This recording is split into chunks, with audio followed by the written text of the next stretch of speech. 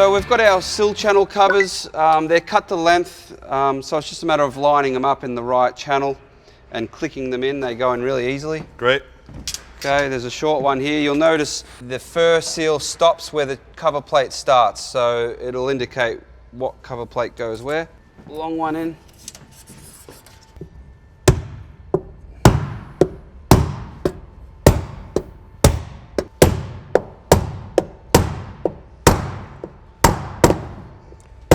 So as you can see, it creates a nice finished look. Yeah.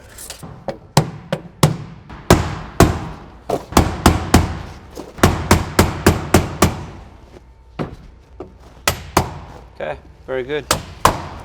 It's Gummy Buffle time. Finally, time for the Gummy Buffle. Okay. In your hardware box, you'll find your Gummy Buffles. It's a foam pad with some brush seal. We're going to do this with the doors in the closed position.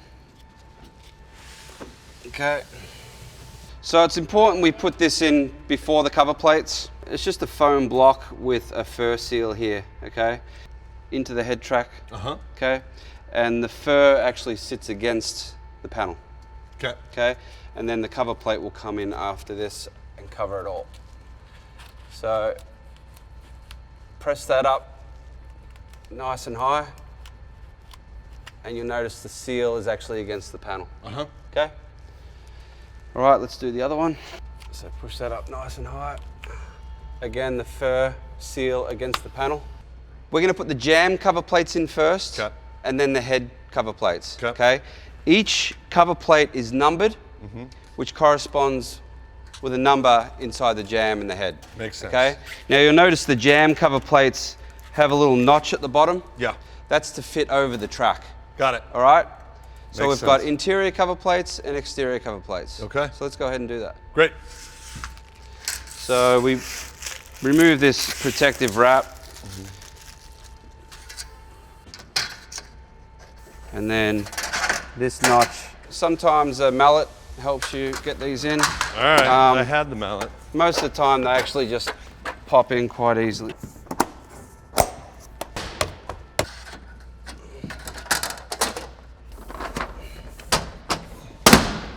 Let's put the head cover plates in. Okay. We'll put the bull nose on. Great. And we'll be ready for the screen. I thought you said we'd be ready for lunch. Yeah, something like that. So, in essence, that cover plate will make sure that the Gummy Buffle stays. Yeah, exactly. It gives it a resistance. Yep. Okay.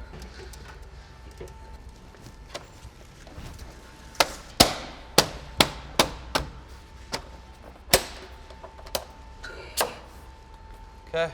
Right over your head. You butt it up to the jam, so it's a nice clean finish.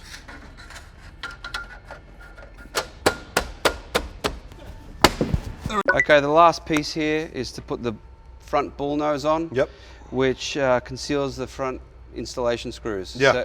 So we are going to apply a bead of sealant along the length of it, so when it snaps in, it creates another seal. Great. Okay, so we're going to start up one end, but just to show you, right in the corner there,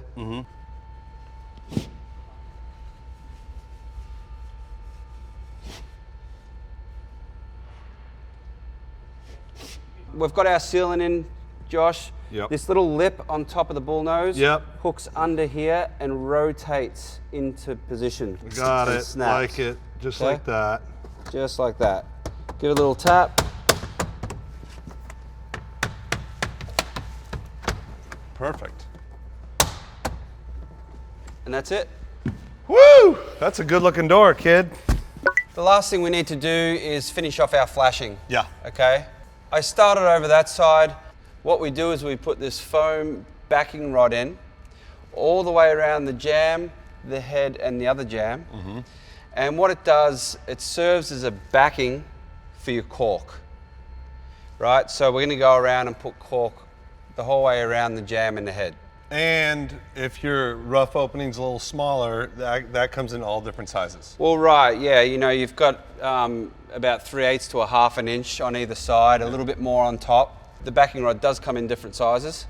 Without the backing rod, you're putting cork in here and it's going to fall down. push it in. As I said, you push it in 3/8 to 1/2 an inch, and you go all the way around the jam. Okay, so that's in like that. Open your cork gun so it gives you a decent sized bead, and you simply come in and you're going to apply cork all the way around, filling up the whole void.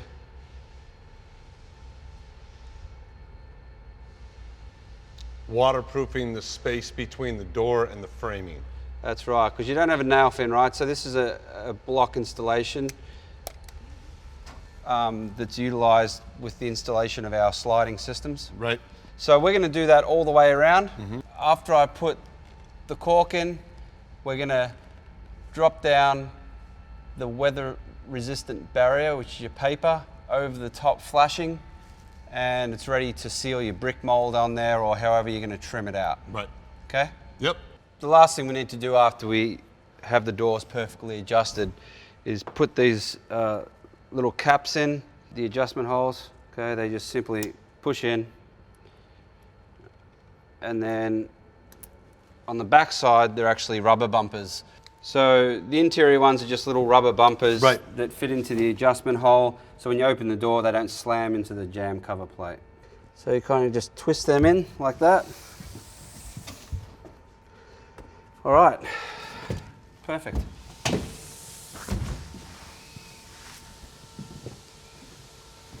Great.